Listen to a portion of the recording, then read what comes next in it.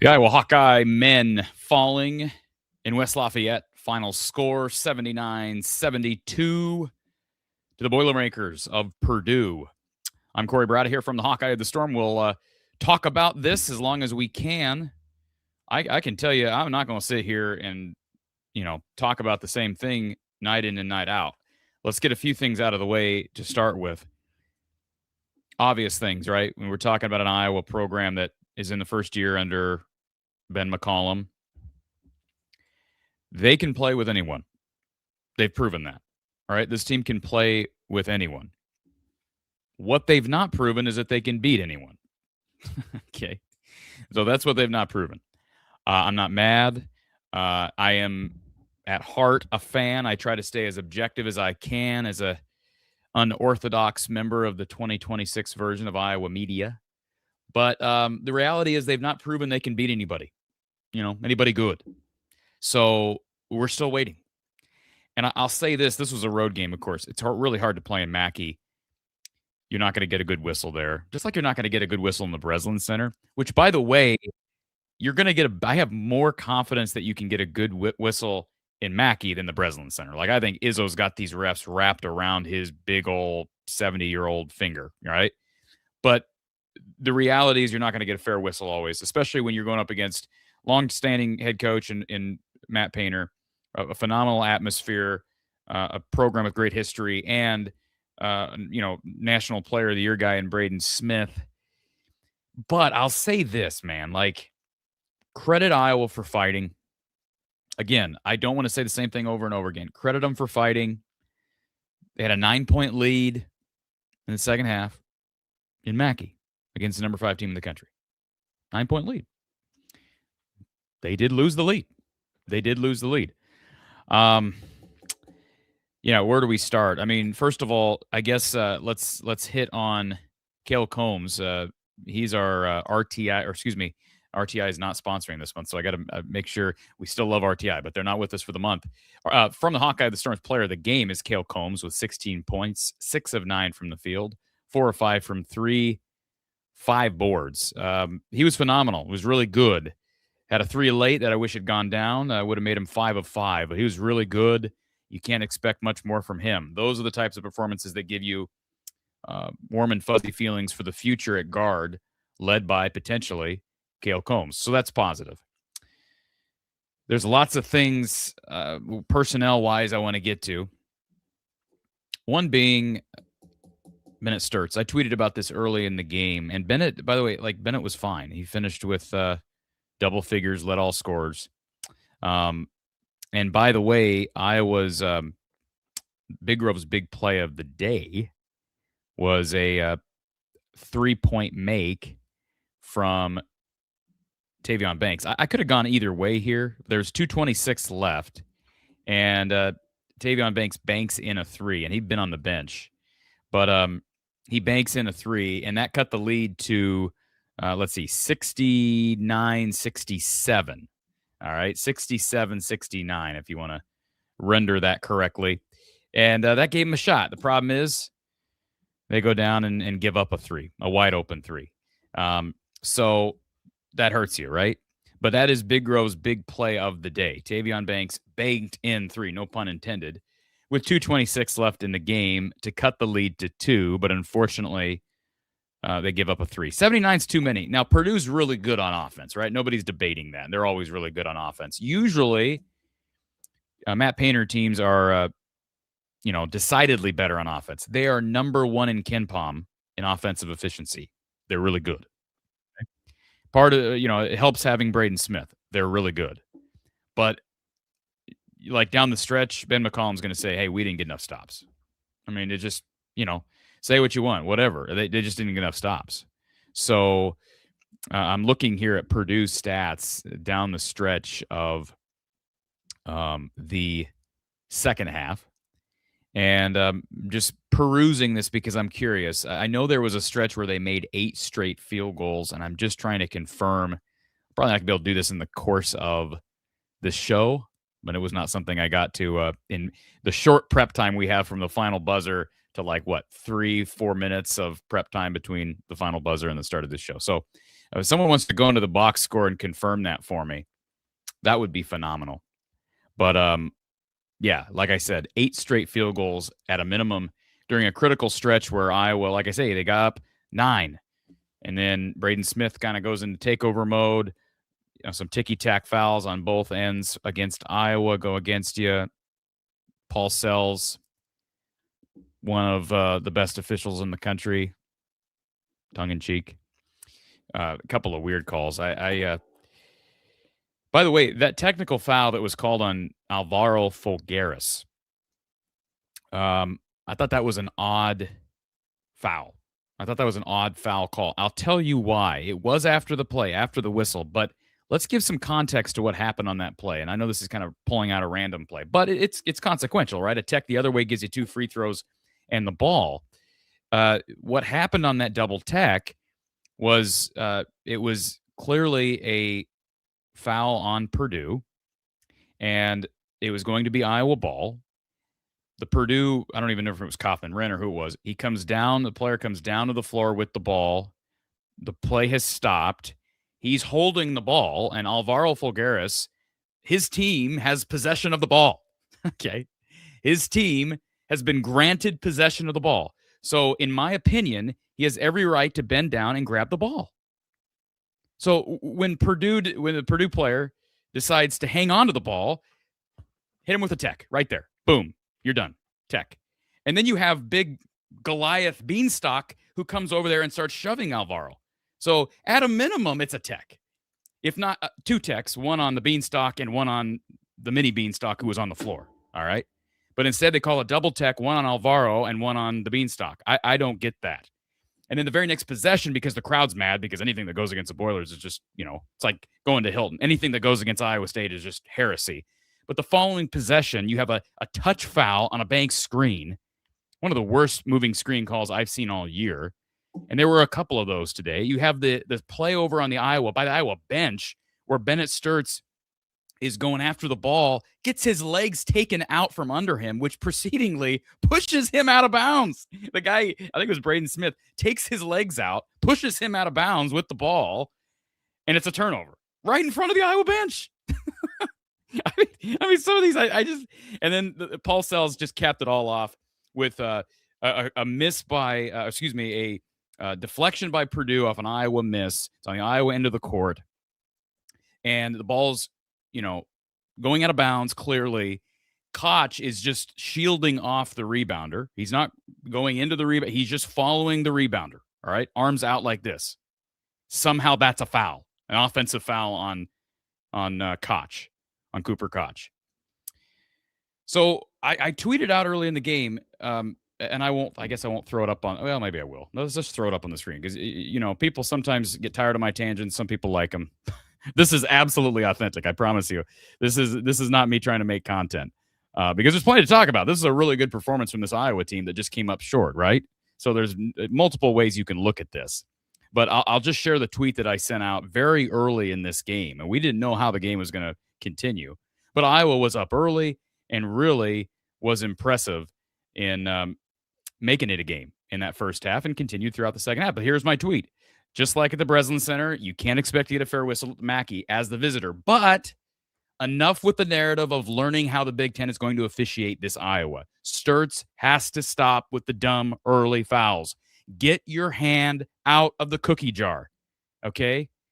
We cannot, and I'm not ripping, he's the best player on the floor for the Hawks, no question about it. But as the best player, you cannot go 4 straight conference games where you're hampered by 2 early fouls, and at least a couple of these have been in the first 4 minutes. I mean, you just can't have it. Now, the Iowa women went through something similar with Ava Hayden. A couple differences. Ava Hayden has played in Big Ten basketball a year longer than Sturtz, but is much younger collectively, all right? So from that perspective, Sturtz should know better. Ava's also a big. Bigs tend to have issues with these things, with dumb fouls. But regardless, both players on both teams have a tendency to get their hands where they shouldn't be for dumb fouls that are inconsequential to the play. And I think Iowa in general has that issue. And I'm just saying that because I know there's this narrative, and it's not Ben McCollum's fault. Like the media has fed this beast here in the last couple of weeks. Well, teams are, look at all the foul disparity, yada, yada, yada. Yes, I understand, especially when you're playing at the Breslin Center, especially when you're playing at Hilton, especially when you're playing at Mackey. But again, there has to be some level of responsibility. You're fouling too much. It's the bottom line. You're fouling too much. That's got to get cleaned up, especially it starts with Bennett Sturtz, dumb fouls. And Tavion Banks commits dumb fouls. So all those things are true. Like I said, there's no reason to beat it. I don't want to sit here and beat a dead horse. The reality is this team has proven they can play with anybody in the country, but they have not proven that they can beat anybody really good in the country because they haven't done it. They have not beaten anybody that's really good. They've played Iowa State close on the road. They've played Illinois close at home. They've played Purdue close on the road. But they've lost all those games. And, 2-4 now in the Big Ten. And I'm not saying they're not done. They're not done because they're going through a tough stretch here. But they did lose that game at Minnesota, and they did lose Illinois at home. There's got to start to be a sense of urgency here soon. This game coming up this weekend's big because it's an Indiana team that's beatable, tough place to play, but you don't want to drop to 2-5, right? You don't want to go 0-2 in Indiana. Folks, our show is sponsored by Big Grove Brewery. They're the official craft brewery of the Hawkeyes. Swing on down to the Des Moines location or maybe Iowa City, Cedar Rapids, Solon for a great Easy Eddie. You can also enjoy their awesome food menu, which features burgers, sweet potato fries, mac and cheese, and so much more. Check out their menu and visit their locations online at biggrove.com. Brand new location over on the Nebraska side of Council Bluffs over in Omaha. Check it out, biggrove.com. They are the official craft brewery of the Hawkeyes and the official watch party headquarters of your Hawkeyes. Our show, as always, here on the men's show is sponsored as well by Brad Van Meter and his State Farm team. Call him for a free insurance quote, 515-256-6480. 515-256-6480. Visit him online, bradvanmeter.com. He's located at Fleur Drive down in Des Moines. Just drove by his office last night. What a great team of Hawkeyes working to save you loads of money and make sure you're protected come what may. Again, Brad Van Meter and his State Farm team in Des Moines. Call him at 515-256-6480. All right, we are back here, and we are going to take our first call. We had Ryan here bright and early. Ryan, let's get you on camera. Ryan, welcome to the show. Hi, Cory. All sells. He's one of your favorite officials, isn't he? If I'm not mistaken. No, the guy's a sleazebag. He's probably racking in a lot of money on Caesar, whatever the betting sites are. I don't bet, but Yeah, some of those. Yeah, I mean, if you notice, just watch closely. This happened at Ames College. Yep. It happened the other night or the other morning, I guess, against Illinois, where, it seems like when we drive to the basket, it's very rare a foul is called. Yeah, there was one today for Bennett. But they just can't wait to blow the whistle when we defend at the rim. Now, did you have any problem with what I had to say here a few minutes ago, though? Like, Iowa does have to take some level of responsibility for fouling too much. Like, there are dumb fouls where they're just reaching in, especially Bennett. Those are the ones you can control. You can't control what you're going to do in that. I agree with you on some of that. And there's no, I hate to use the word clean up, but yeah, there are some things that need to be cleaned up. No question about it. Now I sound like Kirk, don't I? And they're critical things. They're all critical things, Ryan. Like, they're not little things. Sturz can't get 2 fouls. 4 straight games where he's had 2 early fouls for a guy who is used to playing 38 minutes a game. Now, granted, he hasn't been in a Big Ten play, but that's wild. And how many fouls did he finish with? He finished at 37 minutes and 2 fouls. Yes, the first 2 came really early. But he almost got a third at the end of that first half. You just can't get the 2 early. I mean, you can't put your coach and your team in a position where they have to figure out. Because Ben McCollum doesn't have the Fran McCaffrey 2 foul rule. But you have to figure out, you cannot put your coach in a position where you have to figure out, okay, do we play him here? Because McCollum rolled the dice and put him back in, and I applaud him for doing that. But it's not a no-brainer call, because the worst thing that could happen is you leave him in there, and he's got 3 with 10 minutes to go in the first half, and then you have to take him out at that point. I agree, and Bennett's got to be smarter on this. I guess in a way, I'm thinking that, number one, we'd still have to be smarter. I think some of the turnovers we had were ridiculous, very sloppy. Paul Sleazebag is, of course, going to make sure, Tavion Banks probably breathed on a guy, and he got called with an offensive foul. They played the replay. I didn't see it. I didn't see anything. I don't feel like we get the same type of calls. No, I really don't. In general, when have you ever said, wow, we got a little bit of Carver home cooking on that one? Well, here's the problem. It's probably Fran McCaffrey hangover. Yeah, before you continue, let me just say a couple of things. Because I want to address, and then we got a couple of people we got to get to here who've been in here early. Jason, Andrew, plus Doug. But I just want to address something. First of all, super chat from Ben. Thank you, Ben. Ben says it feels like it's been a long time since Iowa has had a big win in football or men's basketball. Reasons for optimism, both sports, but both still painful. Great way to sum this up. Thank you, Ben, for the super chat. Very much appreciated. But Tyrone Biggins here early. This is interesting, and I'm not calling Tyrone out. I want to actually kind of piggyback on this. He says, I'm done with the men's team again. Gave them a chance. They aren't good at all. We've seen the meltdown at the end of games for years. This is no different. This is exactly what I plan to address. I plan to address this. The reason it being is because I feel I can empathize with what he's saying to an extent, because in my fan of fans heart, I almost feel like this sense of, like, during the course of the game, a sense of apathy that you just kind of have to, like, I just have to ignore. It's not reasonable apathy, right? Like, there's reasonable apathy. The last couple of years under Brian Ferentz, in my opinion, that was reasonable apathy, because you knew the offense wouldn't go anywhere. The bad offense was going to hold Iowa down. Okay, fine. And you were going to get expanded league, no more divisions, etc.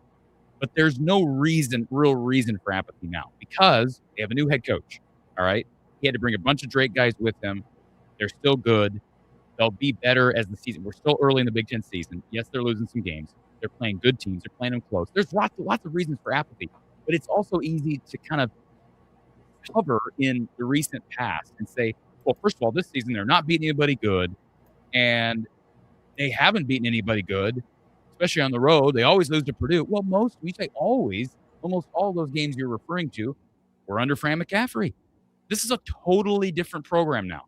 So, yes, right now it's frustrating. They lose in close games, but it's so easy to bunch all these recent Iowa teams together like Tyrone's doing. We just can't do that. I mean, you can do it, and it may affect some. Like, Ben McCollum's going to have to live with Carver not being full. He's just not going to get it full unless they start winning.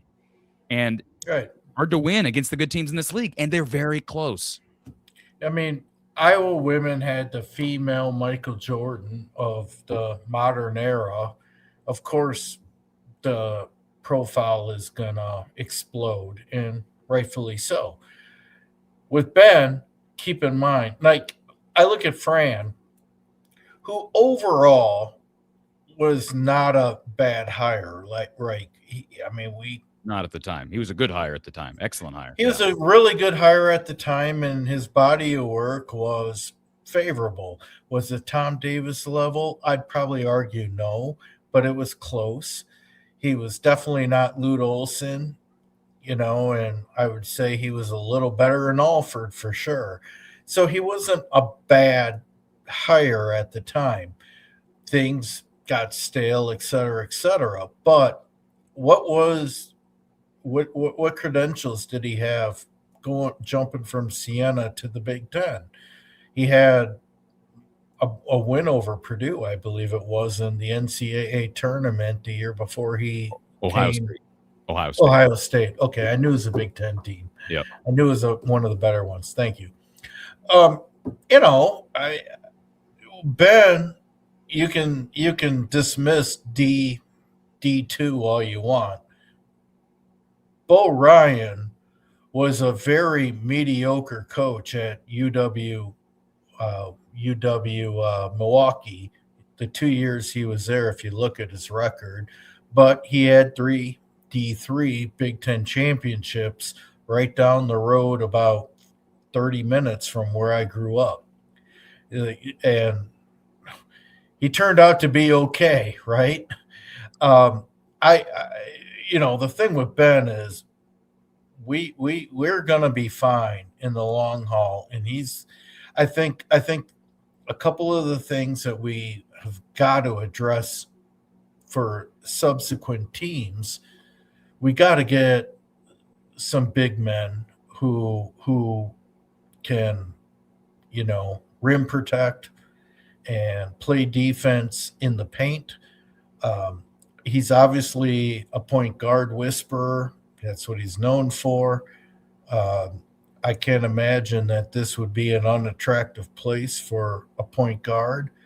A couple things that make me scratch my head, and I say this with complete benefit of the doubt to Ben, because I know he's a phenomenal coach, is number one, not so much today, but he likes to take Manwa out pretty early, and he's our only legitimate big body. And the other one is, Hausen, even though I know he's not going to be the defensive star, his shooting ability can get you back in games. And, he was 11 points a game at K-State last year, and he's a bench warmer now. And I know. I find that very, very perplexing. But Yeah. Ryan, thank you for the call. I appreciate you being here, and I always love hearing from you whenever Paul Sells officiates a game. So you know that, and Little Larry as well. We don't always talk about Little Larry, but what Larry. about Crooked Courtney? Well, he's not in the Big Ten anymore. I saw him ref at a different I game. think he got launched for good reason, but Yeah. Paul Sleazebag, God willing, will be the next one. The guy's corrupt, and you know, Thanks for real quick, Cory. I don't really like bashing officials when we lose, even though I kind of do. But when you really see trends, um, like what happened in Ames and even Illinois at home, it's really perplexing to me how Kaufman Wren can absolutely demolish our guy over the back, not give the ball up, and they don't call a foul for that. They call the double technical, but I actually thought, okay, he's got 3 fouls now. The technical plus the over the back, and he didn't get it for that. Yeah. They even looked at that. That was as obvious as it gets. Yeah. Ryan, appreciate being here, sir. Thank you. Thank you, sir. Thank you, Ryan. All right. Let's see. We got a couple other people who are in here really early, which is great. The phone line's 515-635-1601. If I said it too fast, it's scrolling across the bottom of your screen. I'm not slowing down yet. Jace is here. Jace, welcome back to the show. I can't hear you. You can't hear me. Okay. Yep, I cannot hear you. All right. Leave, and then come back. Sounds good. All right. He's going to try to do that. Let's bring Andrew in. Andrew, welcome to the show. How's it going? Good. How are you? Pretty good. I didn't, think the game was too terrible as from a fan standpoint. I would say this year I've really liked the commitment to like the simple phrase see ball, get ball, I guess. So that's It's just growing up, watching a lot of Iowa basketball, like a guy that really rings in my brain as far as like a lot of grit, the walk-on Nicholas Bear. I really liked the passion he played with. Yeah. Like he was a guy that I just liked watching play. And I feel like we have a lot of like miniature Nicholas Bears on the team. When the ball's loose, we got a lot of guys going for it. I've heard some people compare Tate Sage to Bear. Not that I think that's the best comparison, but I agree with you.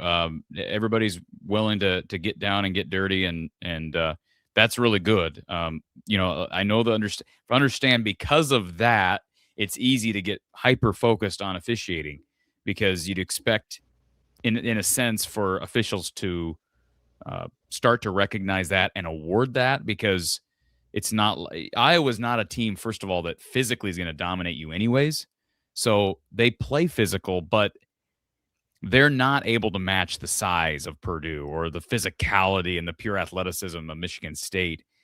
And for some reason, it seems like they just get punished for that rather than awarded for, like you just said, their willingness to dive after loose balls and bang down low. And it's just something they got to figure out. But I'm liking the passion that they're playing with. And just as a side tangent, I do watch a lot of Arkansas Razorback basketball as well. I'm to my fiance's, where she's from, is Arkansas, so I watch a lot of their football, and kind of brings me into the SEC fold a little bit. But watching their basketball past couple of years, Calipari brought this up, but it gets real confusing when I'm watching college basketball, and their center is a 24-year-old 4-time transfer from Australia that played 2 years of college there, transfers to Washington State, and then transfers to South Dakota State, and then he transfers to Purdue. Yep. And he's 24. Yeah. And he's expected to play on the same floor as an 18-year-old. That's where I get confused of when I love college basketball, and I like watching it. I absorb it, but I remember when people complained about Greg Oden looking too old. I'm like, this guy looks 30. Greg Oden. He was 18, but yeah, I was gonna say he looked old the minute he stepped on the campus. Yeah. Before you could Google to make sure he was 18, but I was like, man, it's a little upsetting, especially when I'm watching Arkansas play and their point guard's averaging 20 a night and he's 18. Yeah. So it's just there's talent out there, but it seems like it's, I mean, and I'm glad you brought attention to a big, because I see that narrative in the chat. It's absolutely true. Iowa lacks size inside. The comment that was made by Ryan earlier, I want to address. Cam Manyo being taken out of games. He has been sick. Now, I'm not saying that he's still sick now. He played a lot more now than he did the other night against Illinois, but he has been sick. So let's give some grace to the staff, maybe playing him a little less than they would prefer because he's been under the weather, and other players have as well. The Hazen thing, I still don't have an explanation for, other than, hey, it's obvious he doesn't defend as well as everybody else. I think he plays with good energy and effort and seems to have a great spirit and leadership qualities that I can see, observe. Now, I'm not there at practice every day, but yeah, and I get, the frustrations about the state of college athletics. I mean, this applies not just college basketball, it applies across the board. I mean, you just TJ Finley, you probably know the story of the former Tulane quarterback. He just committed to Incarnate Word, which is his 7th school. I mean, 7 schools. I mean, there's past the point of obscene. It's to the point of absurd. And so, yeah, I mean, it's not going to change. I mean, hopefully there can be some regulation of it. And the 24 to 18-year-old thing, yeah, but I mean, it's just tougher. Yeah. Is there a huge difference between a 22-year-old playing against an 18-year-old and a 24-year-old?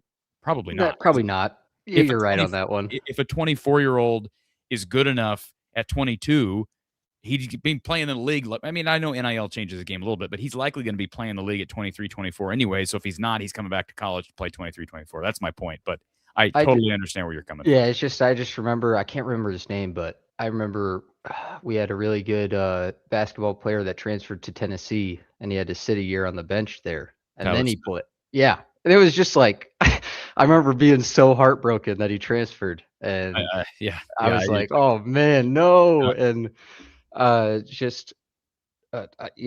just a different time, and it was like a big risk for him, and it was just a lot different. I'm very glad to have college athletes paid for what they do, but I just don't know what I'm watching at this point. It's like I get you.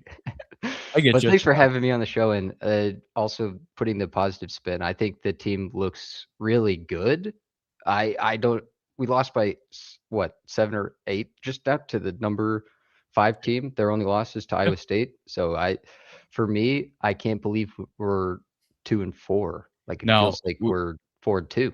Yeah. Now, with that being said, I'm just going to spin this a different way as well. And this isn't like looking at it objectively, it's still really impressive. But what you just said is true. They just lost by 7 to the number 5 team in the country on the road. They also lost by 2 or 3 to what's now the number 2 team in the country on the road. Played them close. And they just lost over the weekend to the team that's now the number 13 team in the country. My point in bringing that up is what I said earlier. They have proven they can do what they just did. Like, tonight shouldn't be a revelation. It's impressive. It's great. Now the step is get over the hump. And can they do that? I hope so. It's still early. I think they will, probably, because I have faith in McCollum. They don't have this great, talented roster. We know that. It's going to have to be great coaching and effort, like you said. But there's definitely positives. If you're a competitive person like Ben McCollum is, and he said it after their last loss, enough with the moral victories. They got to start winning these games, and they're not doing it yet. I'm excited to see it. I got to watch it. Last year with Arkansas, they lost. They were having a real tough January and February last season, and somehow stuck it out through. They won all the way through and made it to the Sweet 16. And they had like a 5% chance, I think, last year to make the tournament at a given point. So it was quite a turnaround, and they stuck it out. And Iowa's still. My guess is Iowa's still projected in the field. I would completely agree. I just, given off what I've seen, I'm not too nervous. I have a lot of hope for the next couple of years. I'm excited as a fan. Absolutely. And if they get in the tournament, regardless of seeding this year, it's a success in year 1, in my opinion. So thank you for what you do again, and have a good night. Yep. Thank you, sir. Yeah, so a couple things here. First of all, Ryan, who called in earlier, says Cory needs to call out the Big Ten ref corruption. It is disgusting. Well, I haven't thought the officiating in this league has been very good for a long time, but corruption, I don't know. Kathy Haleman, is Fulgaris Big Ten material? I mentioned personnel. I was going to bring up personnel earlier. I will just say this very simply, right? And this doesn't break anybody's bank here. Alvaro Fulgaris has to go better than 4 points on 2 of 3 shooting, 0 of 1 from 3, 0 of 1 from the line, 1 rebound, 2 assists, 1 assist, 2 turns.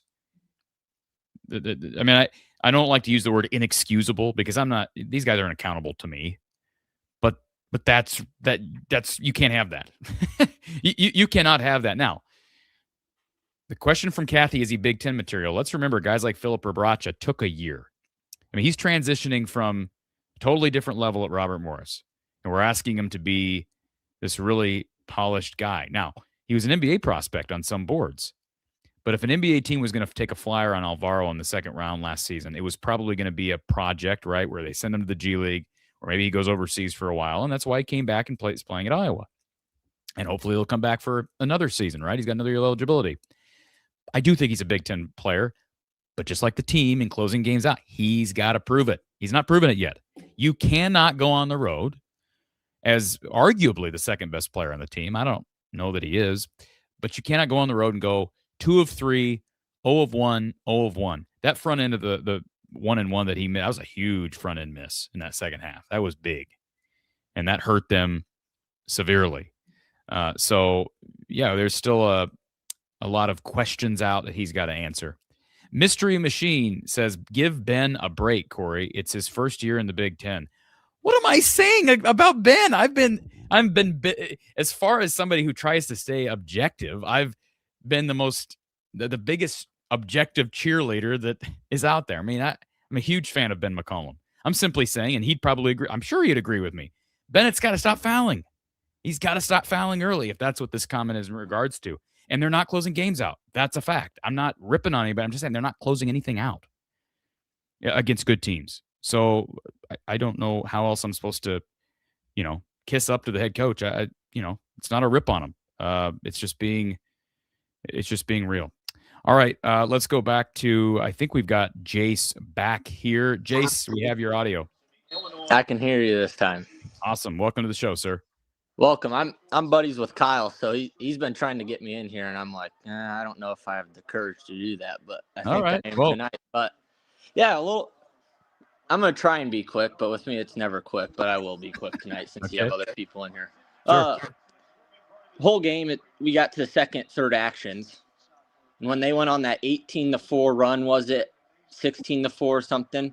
It was pass, back to Bennett. Sure.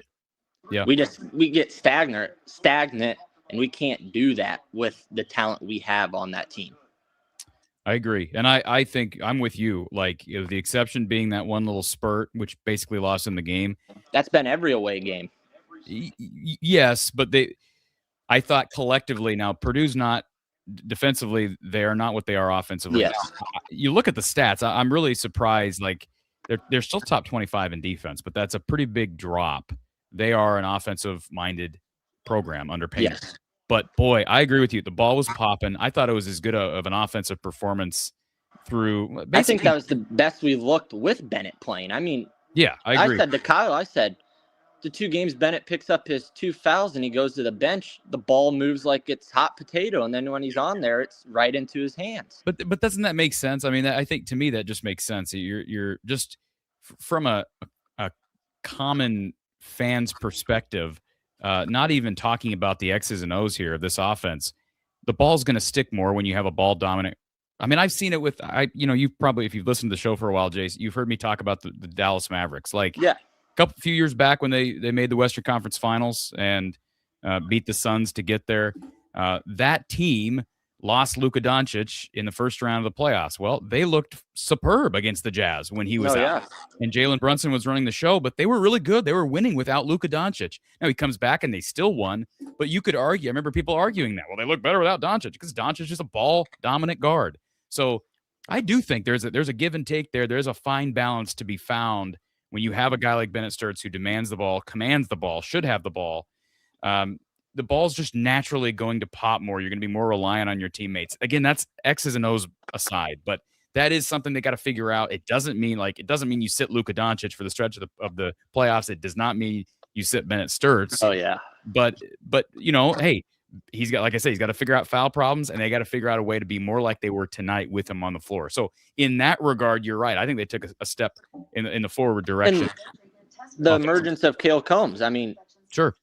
Early in the year, we were like, God, we don't have that second ball handler. And I mean, is it what Ben wants? Probably not. Defensively, probably, but offensively, I mean, if he plays like that every night, so like, let's do it. But consistency, and that's the thing with this team. It's gonna be a different guy every single game.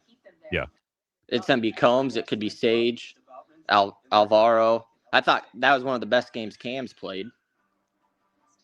Right, against a high major opponent.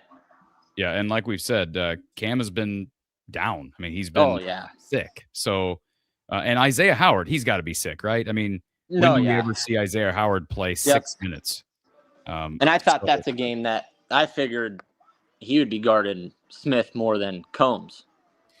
Yeah, and I agree. I think Combs is a good defender, and Savion Banks, as much as I love the kid, he puts in great effort.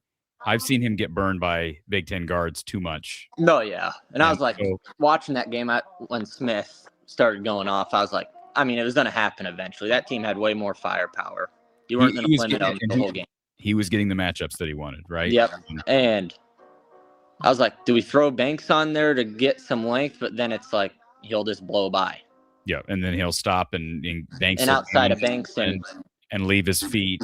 Fall come down on them, and you'll get and ones. They had like 2 or 3 and ones during that critical stretch. I mean, you just didn't have those. That one that they called on Combs, I was like, oh, that was horrible. I was like, okay. It was a horrible. Listen, I'm not Gary Close, but that was, if they showed the replay from under the basket, you saw Braden Smith basically throw his arms out toward Combs and then just go up for a layup, and that was the contact that drew the foul. Combs' hands were on his side. Yeah, that was weird. And that's that's the whistle. Officiating's been obviously frustrating, but it's like when we foul, it's a big moment. When they foul, you get what I'm saying? Like, I get it. It's not a big moment, but tonight there's a lot of ticky-tack. I mean, some of it was both ways, but the 2 illegal screens, I mean, Howard, did he extend his arm? Was it enough to draw an offensive foul? No, or illegal screen? The Banks one was worse. Way worse. The Banks illegal screen. And then that game changed personally. I mean, they went on that run. A team like that's going to go on a run. But Combs had that layup. Clough bulldozed him. And then they called that foul on Cooper Koch. Yeah. And I'm like, and the Hazen minutes are frustrating. But yeah, I without being there in practice, it's I mean, would I have been more critical of Fran at this point if he was doing the same thing? Yes. Now, Fran would never do this with a shooter like Hazen because Fran, And I think that's where it's like getting blown out of proportion kind of too. I mean, I say all the time. I'm saying Minnesota, Minnesota and Purdue. Purdue, we didn't need the spacing with him in. We were getting good enough looks without him. Yeah. Minnesota was the opposite. We couldn't get an open look to save our lives until we went on that whatever run when Hazen came in because it spaced the floor. Right. And then if you bring Hazen in, you take out Combs or Banks, and then you have Sturtz, Combs, Hazen, you're 1, 2, 3, or Sturtz, Hazen, Banks, you're 1, 2, 3, and then it's just like, and the opponents, if they see Hazen on the court, they're going to smile. It is interesting because Ben obviously values what he values, and the evaluations that they make in practice, etc. They are what they stick to. Like, there's not a lot of situational play here as far as bench time. It doesn't feel like, because hey, Bennett Sturtz has been in foul trouble early in 4 straight conference games, and oh, by the way, you've got other players who've been sick. Isaiah Howard barely plays tonight, and yet Hazen still doesn't see the floor. That's where it's like, okay, there's gotta be something else, but maybe there's not. It may just be Ben McCollum sticking with his guns and being like, look, we want to stick to these guys. These guys give us the best chance of winning. And unless there's nobody else available in that pod, that pool of players, Brendan's not playing. It's a hard one, but he's confident what he does. I can tell you that.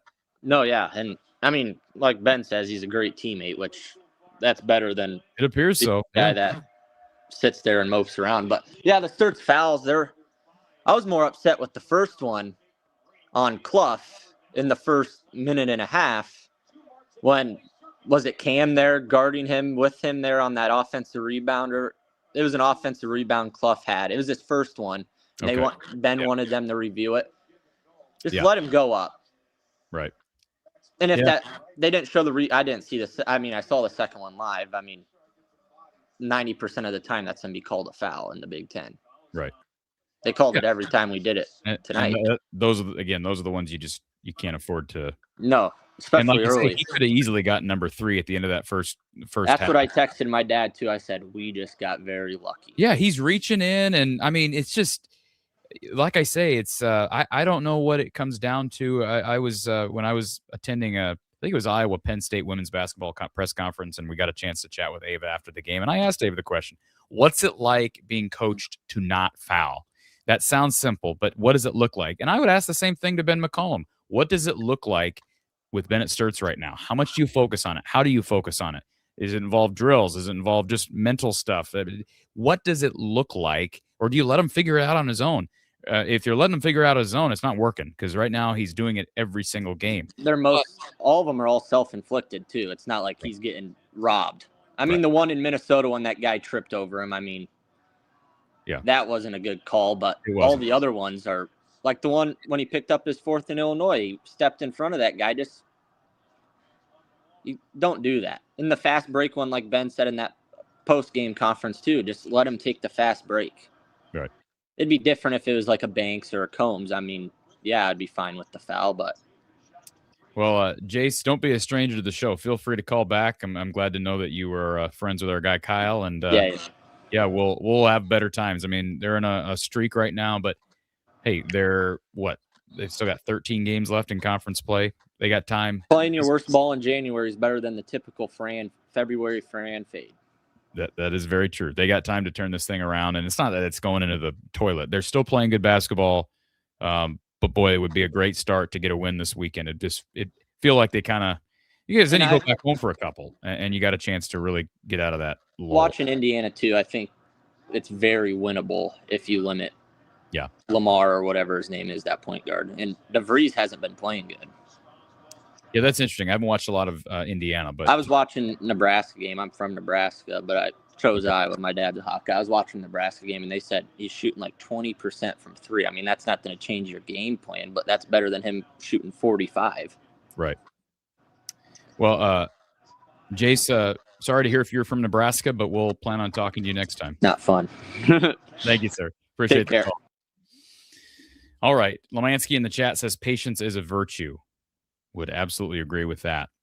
JOZB, hit that like button and subscribe. Yes, like button. Don't continue until you hit the like. Please do that. Very simple. Costs you nothing. Hit the like button on this stream, please, and thank you in advance. Bob, thank you for being a premium member, Bob. He says, I know Ben does not like moral victories, but the Hawks have no reason to hang their heads tonight. We put forth a great effort at the most unlikeliest place to win. Thank you, Bob. Kate, why does Sturts keep taking horrible shots at the end of games? I agree with you on that.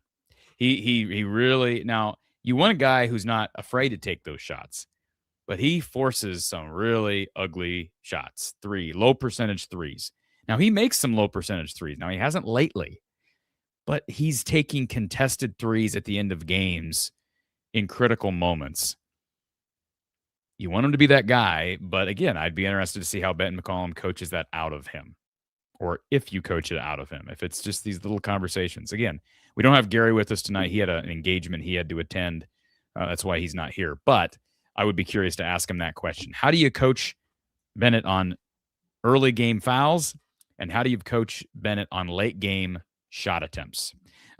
B. Robbie, I guess, is who this is. Says, Cory, I would love to hear your take on why Hazen isn't seeing meaningful minutes after starting at K-State and having senior experience. I mean, I think I answered that earlier. At least, I can just speculate because nobody in the media is attending practice day in and day out. I mean, we get, you hear some insider information from somebody.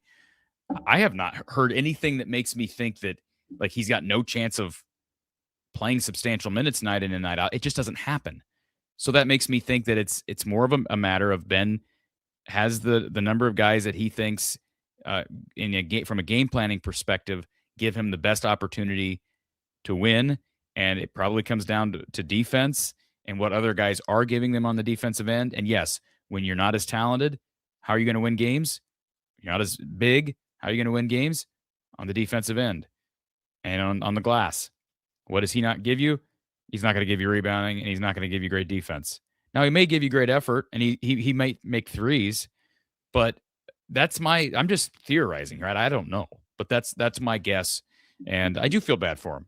But I still think there's a chance he could, he almost helped him to a win at Minnesota. I thought that might propel him to minutes against Illinois or against Purdue, and it just didn't happen. So, you don't give up on a kid. I hope that Ben McCollum hasn't given up on him. I don't think he Caller, we're going to put you on a brief hold. We'll be right back with you. Let's go to Doug, who is here. Doug, thanks for hanging out with us tonight. Yeah. Thank you guys. Thanks for the people in live chat. I want Hayden Fry to know I agree with him about the refs and the fouling and moral victories, but I'm also have compassion, and it is the first year. Both sides can be right on this. Yes. I'm just curious if you weren't right on both sides, does that mean we might as well just shut the show down and just because we can never criticize the team because it's year one, so we can't I don't think that's what our user meant by that comment, but I don't know what does that mean. Give him time. I mean, how is what we're doing not giving him time? Am I calling for his head? No. Well, and I've told you this before. The NCAA tournament is my minimum. I don't care year 1, year 10. I'm not going to have a lower standard for Fran, for Ben. The minimum standard is making the NCAA tournament year in, year out. Now, if he doesn't make it in year 1, it's different than Fran not making it in year 15. But he didn't make it for 2 years. Well, that's true too. But I'm just saying it's different. A singular year is cataclysmically different in year 1 than in year 15. But I still think this team makes the tournament. Go ahead. Me too. Well, Lick, he got 3 years, and he never made the tournament. If we get 3 years, you talking about Little Lick or Big Lick? Todd or the coach. I know. I'm just kidding. I'm just giving you a hard time. I'm giving him a hard time. Well, I have a way of finishing that quote too. Lick. Katie says she appreciates your insight. How about that? All right. Katie's over. By the way, Katie's on our Discord. So, folks, go over to the Discord. I'll throw that up on the bottom of your screen. This is an opportunity to plug the Discord. If you're not already on the Discord server, be sure you basically donate $5. You'll get in for at least a month. But if you donate $50, you'll get in for a year. PayPal, Venmo, Cash App are all linked in our description. Label your donation Discord. If you're doing monthly, make sure your donation is on a recurring basis. Yeah, I'll try not to have too many dumb comments in the Discord for you, but I try to add something. But one of the things that some people are saying, this team would be great. This team would win the Missouri Valley. They probably go 17-1, 18-0. Yeah, the 9th place finishing not. You're right. The people that are insulting this is Missouri. This is a top. The Big Ten is just the best conference. I mean, and I'm not sure. I don't think Purdue's. I think Purdue's like 3rd or 4th. I think that Illinois team this weekend is better. I think. Never mind. I was just going to say real quick, here's the reality of this. I mean, I'm going to pull up their schedule on ESPN just so I can see rankings along with the schedule. But, this is looking at it glass. Ryan asked what discourse is. We need to get Ryan on the discourse. Yeah, get Ryan. Hey, why doesn't Ryan join the Discord? Ryan, we're calling you out. Get on the Discord. But I just want to say this real quick. Big Ten's really good, right? And they just got done playing Illinois and Purdue, 2 of the best teams in the league. But the stretch they have coming up, Indiana, Rutgers, USC, Oregon, Washington, Northwestern, Maryland. None of those teams are in the top 25 right now. That doesn't mean they're easy games. But my point is there's an opportunity to start rattling off some victories. Now, maybe it doesn't start against Indiana, but there's an opportunity there with a semi-favorable stretch of the league play. Tony, so I'm gonna blame him if I get this wrong. This is where I got it. Tony said they're supposed to win the next 6, or they're favored in the next 6 by Ken Palm after the Indiana game. So yeah, there you go. Case in point right there. So, and they may not win all 6. They may not win 5 of the 6, but even if you win 4 of the 6, now you're back in, consideration to finish at 500, which is all they need to do in my opinion. Don't do what they did at LA last year. I mean, that Northwest trip needs to be good. I mean, split against Oregon and Washington. But let's worry about one thing at a time, right? We can look ahead, but they got 3 games before they head to the Northwest, and if they lose all 3 of those games, then the sky is falling.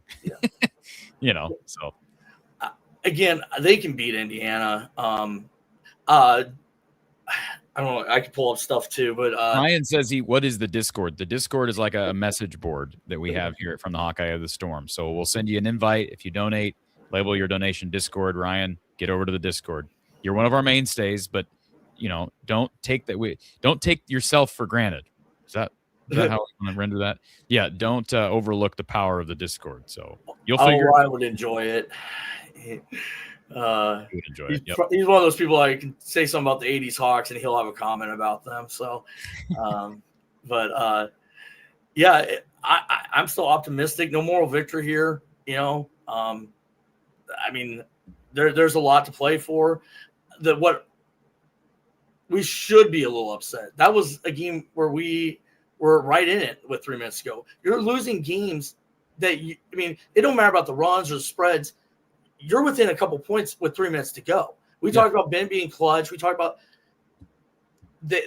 you have to learn how to win games too. And especially in the Big Ten, everyone's right. They can beat up on the little boys in the Missouri Valley. They can beat up against Robert Morris.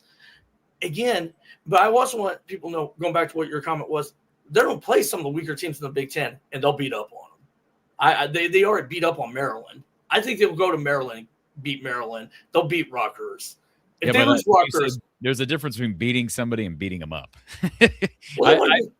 The way they play, this league is too deep. I don't know that they're going to beat up anybody. Now, they may have 1 or 2 blowouts somewhere, but beating up on teams, I mean, who are they going to beat up on in this stretch? Are they going to beat? I don't know. They're not going to beat up on maybe Rutgers. Yeah, Rutgers is not good. So they may beat up on Rutgers. Maryland and Rutgers are not good. The problem with hope somewhere. The problem with Rutgers not being good is they don't have to beat up on them, but they kind of need to, right? They that's a must win, and you probably should win by double figures to help your net. So Tony, my Ken Palm guy said that was a quad 3, I think. So that's not that always that sucks to hear. It'd be a really bad loss. We don't need quad 3 losses. No, they don't. No, there's a lot of hope. I'm with Aiden. I'm pissed. That was a game they could have won. And again, I didn't like it. When it started to become a shootout with Smith and Bennett, Smith is surprisingly good. I always don't think he's that good. And then he takes over. He did nothing in the first half. I was just like, oh, now he turned it on. Yeah, and it shouldn't surprise you anymore, though. He's a National Player of the Year. You go put him up against some of the other guys. Would you predict him to be the National Player of the Year? No. By looks. I'm not, and that's stereotype, and that's the reason why we shouldn't judge people. But no, I'm sorry about smiling over a loss. I'm not happy. I really, really hope if they get Indiana, but again, I'm sorry. I want to correct. I think I said he's National Player of the Year. He was Big Ten Player of the Year, but he's considered the front runner this year for National Player of the Year. So, anyways, and as far as the refs go, that's Big Ten. If you want to do this, we'll do it every road game. Yep. You'll have the exact same comments every road game. We are not going to win the calls or the officiating battle on the road. That's the reason why Carver needs to become better.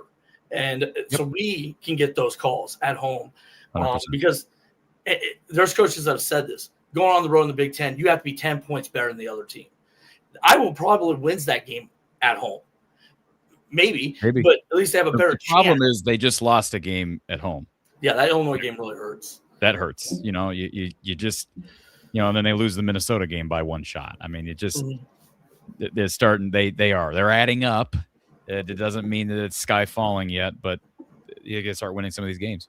Well, and by the way, Nebraska's the opposite. Like Nebraska's winning every game close. So that's what it is sometimes, you know. Yeah. That's a point, and I'm gonna leave off of this. Okay. And I know Ryan's an old school guy from the 90s. We have a lot of people that are, you know, if you had told anyone 30 years ago, Indiana is going to win a national title in football, and Nebraska would be one of the top basketball programs in the country, you would have told somebody that in 1995, they would have told you were absolutely crazy. That's just the weirdest thing to see that. It just means anything can happen in sports. You know, and that's the reason why I was optimistic that, and again, still am for Ben. You know, we'll see what the next it would be really awesome to get a road win at Indiana. But we also mentioned those 6 next games. There's not a signature win in that next 6 games either. That's another problem. We can keep, as people have already pointed out, we can keep beating up, you know, the worst teams in the Big Ten. That won't necessarily help. Well, I mean, I guess, like you said, it depends on how they do it. But they do get Purdue and Nebraska at home in mid-February. That's going to be, you got to win probably. I mean, and then they get Michigan. Then they get Michigan and at Nebraska. They're going to have chances at signature wins. Yep. Yeah, but you know, there's a stretch where they might get Northwestern and some of those, and yeah, we'll see what happens. You know, we can only focus on. They can only focus on India. I can focus on the whole season. But thank you, and thank you to all, and let's be kind to one another. Thank you. Okay, Doug. Appreciate the call, sir. All right, let's go back to our phone line to finish off. We got 2 more callers, I believe. Thank you for calling Iowa Postgame here from the Hawkeye of the Storm. Who's on the line? Hey, Cory. It's T. Hink. Hey, Taylor. How are you? I'm doing pretty good. How about you? I'm good. I mean, you know, considering another loss, another close one. Like I said, there's reasons for glass half full approach. I'm still there. I'm with everybody. I'm trying to hold everybody back from the apathy that is very easily set in when your team continues to lose close ones. And this is an Iowa fan base that has experienced this on the football side for the last several months as well. Yeah, for sure. It definitely stings losing these close games. It's better than what we saw last year. I mean, last year the game was over in the first 5 minutes. I remember that UCLA USC trip. That was absolutely brutal to watch. But yes, it's at least we're in games. We're competing with the elite teams. I feel like they're gonna get one of these. I was with Tony earlier in the year, or at the beginning of the season. I think Iowa will get to one of them. I'm calling it against Michigan. Maybe I'm crazy, but okay. I think they beat Michigan. Well, they got to get Nebraska at least once. You know, we didn't think Nebraska would be a signature win, but they get them twice. So you got to win one of those. And boy, wouldn't it be great to steal both? But no, I agree with you. And as I just said to Doug, I mean, it's not just Michigan and Nebraska. They get Purdue back at home. They get Ohio State at home. They're going to have opportunities. Now, it'd be better to win on the road, right? And they've had opportunities, right? I mean, at Michigan State was an opportunity. Marquee road win. They didn't get it. Iowa State, same thing. Tonight, same thing. So the opportunities at marquee road games are starting to pass them by. Now, if you go win at Wisconsin, it's going to look pretty good. If you go win at Washington, it's going to look pretty good. That Washington game starts at 10 Central Time. But nevertheless, that's crazy. They've got opportunities still on the schedule. Yeah, it starts with Indiana. I was looking at the schedule when I was on hold. It lightens up tremendously after the Bloomington trip. After these 2 games, you go back home against Rutgers and USC, very winnable games. You got to protect your home court. That one that we lost to Illinois, that stings because we just lost one of them at home. But you got to start rattling some games off here. I said in the Discord, I think 10-10. I think 10-10 in the league. I think they're going to be in with how well the league is from top to bottom. Agree. 11-9. I still think we can get to 11-9.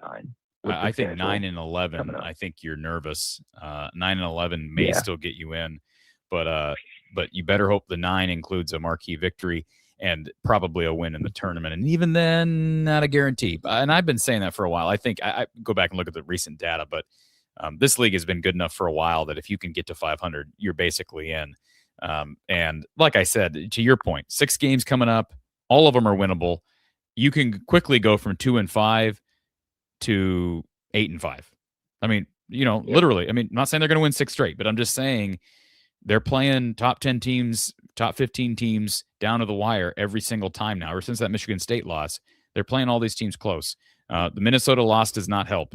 No. So again, got to figure out a way to win close games because they're going to be in more of them. For sure. I was on a couple of weeks ago after the UCLA game. It was pretty high. Now we're kind of at the low. I know Ben's been talking about got to stay with the team through our highs and lows. So hopefully they can start tracking up on the high end, and fans still need to support the team. I still believe that this team can get to the NCAA tournament. I still believe they will. Fans still got to show up for them. Absolutely. Yeah. And I don't expect them to in droves. I mean, with it, I hate to say that. I don't expect them to. I still think Iowa's going to have to win. They just got to win more. Mm-hmm. And it's not necessarily fair to Ben McCollum, but it's the situation that he was given when he took the job. And so, they had an opportunity, to harness some of that energy by, carrying momentum from UCLA on, and they didn't do that. But like you said, if you could win 4 in a row here before, let's see, 4 would get them Indiana, Rutgers, USC, Oregon, 5 in a row. If you can beat Washington and they get Northwestern at home, you get Purdue, Nebraska. 3 of your next 4 at that point would be home games, 2 of which being against top 10 teams. They got opportunities to really still give themselves a huge home court advantage, but they got to start winning games now. Yep, definitely. The last point here, and I'll sign off, but I was really trashing on Cale Combs a couple of weeks ago. I kind of feel bad now. Came on this show. Maybe Cale's watching from the Hawkeye of the Storm, He played really well tonight. I know we were talking about his 3-point shot a couple of weeks ago after the UCLA game, and maybe he was sick. Like half the team's been sick. And I think that's probably why we slipped up the 2 games with Minnesota and Illinois. Maybe the sickness was really a big factor. But Cale played his best ball probably all season, probably in his career, to be honest with you. He's only a sophomore. But yeah, that his 3-point was 4 for 5. Dang, that's crazy for him. Yeah, and the one miss was a late shot. I mean, they could have used it. It was not a horrible look, but yeah, 4 or 5. I mean, volume wise, I mean, it'd be nice to get more than 2 assists out of him, but he gave you 5 boards. And at 6'4" or whatever he is, he's working hard, and like I say, it's they're going to have him pass beyond this year, and so that's going to help, confidence with the staff and just everyone, because I think he was the kind of the forgotten guy from that Drake class. Mm-hmm. Yeah, he didn't play much last year from when I watched him in the tournament. But he really picked it up tonight, which is good to see. We need a second scorer, especially we thought it was going to be Vulgaris, and it doesn't sound like. I mean, we got to have more from Vulgaris, and that stat line is not going to please everyone. Agreed. Yeah, and your team's got to shoot better than 60% from the line. You'd like to not be minus 22 on free throw attempts. Not all of that is within your control, but some of it is. You'd love to win when you shoot 48% from 3 and 53% from the field, but the problem is they gave up 43% from 3 and 53% from the field. So this is crazy. Both teams shot 27 of 51, the exact number of makes and the exact same number of attempts. But the difference is Purdue went 86% from the line, 19 free throw makes, and Iowa was on turnovers. They lost that. They were -4 on turnovers. So, yeah, lots of things to clean up. It'll be nice to get everybody back healthy, but Alvaro's got to be better. Yeah, maybe. Yeah, he's got to be way better, and maybe it's confidence for him. We've been talking about that probably all year. I mean, he really took over for the low major teams, dominated, but then when he got back to the Big Ten play, he's kind of like gone back to where he was. So hopefully he can pick it up. And I believe the coaching staff, I have all the trust in Ben and the guys. So we got to have more from him. And I think Isaiah Howard's, I think he's sick. I mean, you don't see him playing only 6 minutes or whatever he played tonight. And something was off because, I mean, he had that carry, and I'm like, he's out of it. And hopefully he can get better too. But absolutely. Tink, appreciate you calling in, sir. We'll enjoy hearing from you in the Discord and on our next show. Sounds good. Everyone join that Discord. It's a place to be for game and after. Got all the co-hosts on there, so good Discord. You got it, sir. We'll talk to you soon. Man, go Hawks, everyone. Go Hawks. 100%. Discord, instructions across the bottom of the screen. $50 for a year. No fees, no tax. Trent, welcome to the show, sir. You're our last caller. Thanks for being here. Hey, what's up, Cory, man? How are you doing, dude? I'm doing pretty good.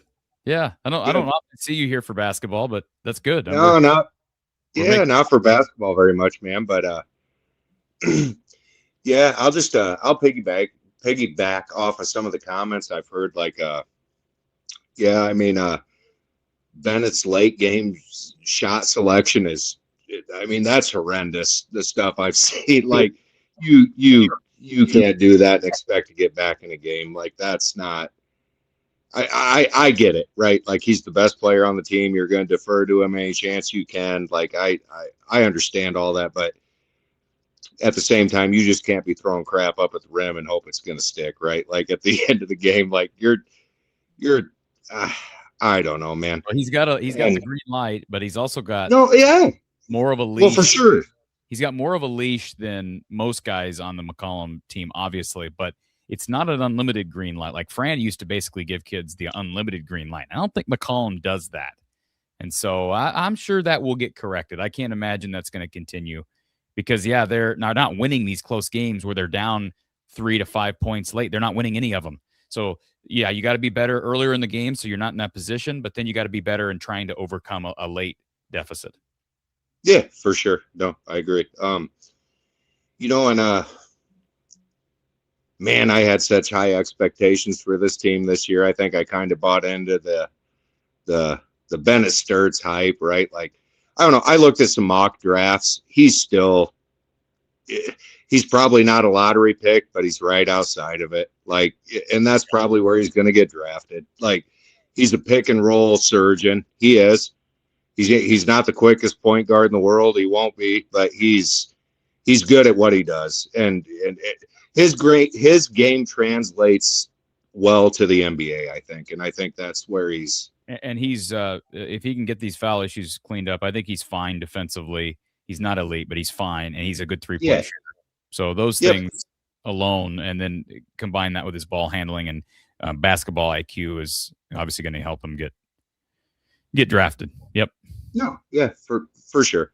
I guess the only thing where I'm really at with this is I'm not sure this is a tournament team. I don't know. I guess we'll wait and see, right? But I think Ben knows what he needs to get in the transfer portal. Like, this is a lot different than football, right? When it comes to the transfer portal, like you really do have to go out and get guys that can play. Like, and it's the same thing with Fran. We just don't have any size, man. Like, and it's gonna come back and haunt us every year. We don't have that 7-footer. Like, you have to go out and get somebody 6'11", 7 foot to compete in the Big Ten, and I think you really do. I mean, I understand, like, we've all been yammering for a point guard for how many years, but you're also seeing the other side of that, right? Like, what's Cam, 6'9"? Yeah. I mean, yeah, and he's pretty good. I like Cam Manyow, but no, I do. I'm not saying I'm not trying to. They need better size, and I don't know that Urok is the answer. He might be. I don't know that he is. Maybe. But I agree, and I think they will. I think they'll get somebody out of the portal. I think Ben's going to be able to recruit here. I'm being the eternal optimist, but he just didn't have enough time to do that this year. He'll get people, and especially if they can make the tournament in year one. And if Sturts can get drafted high, that helps. That just helps immensely. Yeah. Sturts is a McCollum dude. He's not an Iowa dude. He's a McCollum dude, and that will help the cause. I think they'll get people.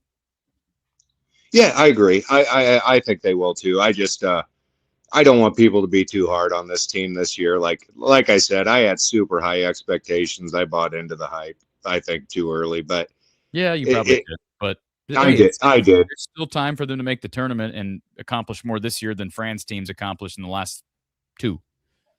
Yeah, for sure. No, I don't disagree with you at all. But it just yeah, I don't know, man. You let these 3 slip. We need you. We need you in the Discord. So I'm not about pressuring people, but we need you in the Discord. You're one of our regular. How about so that's all I'm gonna say. That's my pressure forum for the evening. Get in the Discord if you can. So all right, I love it, man. Hey, are you gonna do are we doing a show, Iowa football show about the transfer portal, or are we gonna do something with that, or what? We'll get something there. Yeah, we'll get something there. I know. We'll definitely do that, especially once the college football season's complete. Don and I are going to do a wrap-up show, and we plan to talk portal. Yep. Yes, sweet, dude, because I'll say, not to turn this into a football show, but I'll say they've done pretty well. They hit all the right spots in the portal, dude. Like it's we'll see how it plays out, right? But they did good work. They did good work in football. Not done yet. So nope. All right, sir. Appreciate you calling in. All right, sounds good, Corey. Have a good night, man. Absolutely. Appreciate you being here. And we did have one final caller who found the phone line late. Thank you for calling Iowa Postgame here from the Hawkeye of the Storm. You are our last caller. Welcome. Hey, Corey. How you doing? Hey, Tony. It's Tony. I know. Yeah. Hey, sorry, Millie. Hey, so I just want to, I put that Google sheet that I did. Let me mute your TV. I'm sorry. Yeah. What's going on there? There you go. I'm on the phone. Sorry, the kids and all that stuff. Okay, there, better. No, like it sucks we lost, obviously, but there is so many more chances to build the resume, even in these next few games. We can get, I mean, Indiana would be a marquee victory. It would be that victory that we are missing. As far as net and quad, Yes, as far as, I mean, on paper, people aren't going to see it. But yes, it will be the game that we need and that marquee victory. I mean, that's going to be worth 2 victories because at a minimum, you need 2 road wins plus at least 2 quad 1 wins. So the at Indiana would knock out 2 birds with 1 stone. And I think this is a great time to get them. I think you might maybe catch a lull with them on campus because when is that national football championship? What time? I don't know. Is it the same day? Is it Saturday? No, it's Monday, isn't it? Isn't Monday?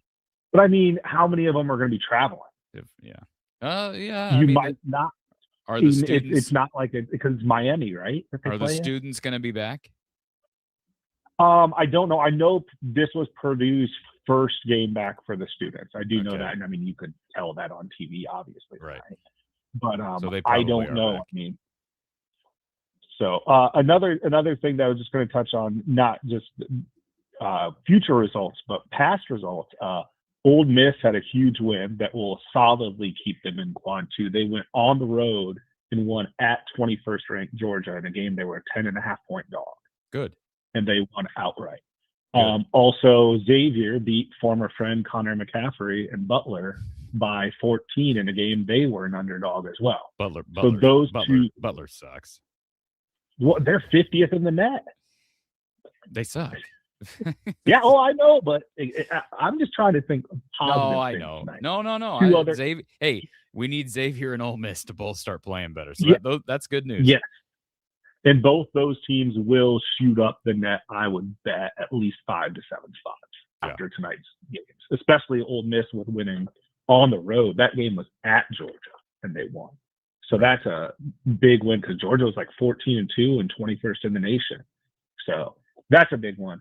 No, I was just taking care of kids. I just wanted to call in quick and close with positive notes and also, join the Discord. Like T. Hink said, there is lots of good chat in there. And I will keep updating that spreadsheet that you pinned. Yeah, thank you for doing that. If they're not in the Discord, just for that alone, a total Iowa, like up to the minute Iowa resume spreadsheet for both the men and the women.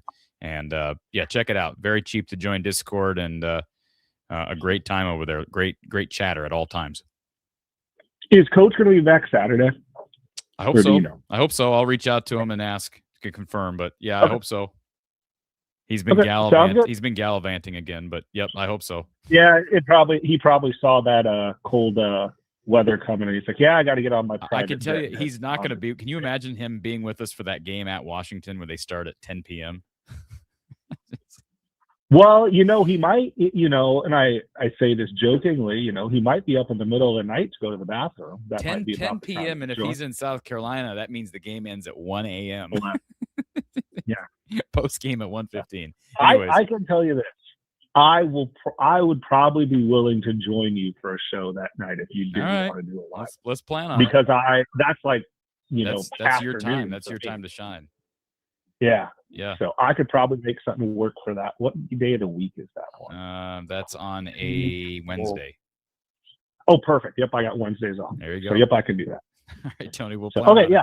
We'll talk to you later. Hey, thanks, Cory, for having me. Thank you, sir. Yep, appreciate the call.